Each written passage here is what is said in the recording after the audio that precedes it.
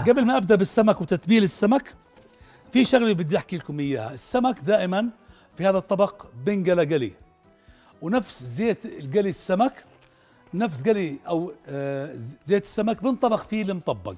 تمام. بس احنا اليوم مشان الاستوديو هون وريحه السمك القويه، اوكي، فسويناه بالفرن. النتيجه واحده لكنه الفكره نفس الشيء. بدأ بالرز. حلو. هاي زنجبيل وثوم، فلفل اخضر حار، الله عليك وفليفله حلوه. يس يس، الله عليك يا ابو عون. الله، شمنا الريحه، شم يا عيني.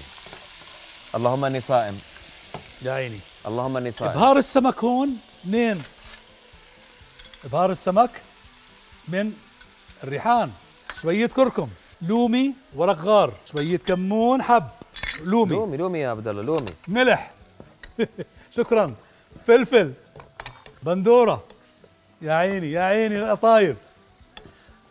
رز مندي هون على جنب عندي منقوع. اقول لك غيرك ما حدا يقرب على الرز. جد؟ غيرك ما حدا يقرب على الرز. بس مبدئيا كيف الريحه؟ الريحه بتجنن. صح؟ روعه. صح؟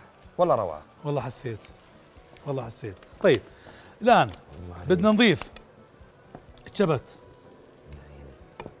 مش شومر، مش شومر، هذا الدل. اوكي. كزبره. اوف، هذا اسمع، هذا كله مع الرز، هذا كله مع الرز، هذا رز، هذا متعوب كله عليه. مع الرز، هذا كله مع الرز. كمان زيت قلي السمك استخدموه في الطبخ بيعطينا اقوى. كمان اذا عندكم مرق سمك. فخور فيك دائما. شوف انه ما تحكي الجمل هاي انا بوقف هيك فخور فيك عن جد والله. والله. الرزيات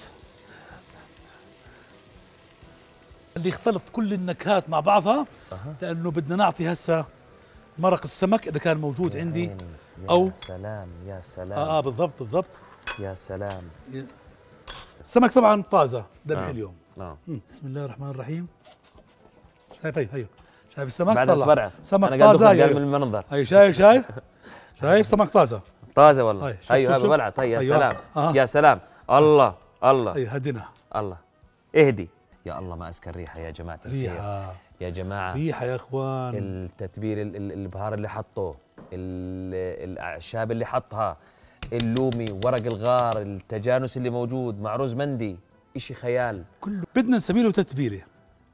فعندي هون من معجون الزنجبيل والثوم. تفضل. بعدين بهار سمك. حلو. كركم. تمام. وعندي من عصير الليمون. هون فلفل اسود، شوية ملح. حلو. قليل من الزيت. اقول لك في حل ثاني. شو؟ بعينك الله. بدك تروح وراي. جد تحطها بالمقلاة الهوائية؟ بقلاة الهوائية. نعم. وياك. يلا تفضلي اقعدي هون. هاي شغلنا سمك. هاي اخترت سمك. تمام. ايوه. شايف الحلاوة؟ بسم الله.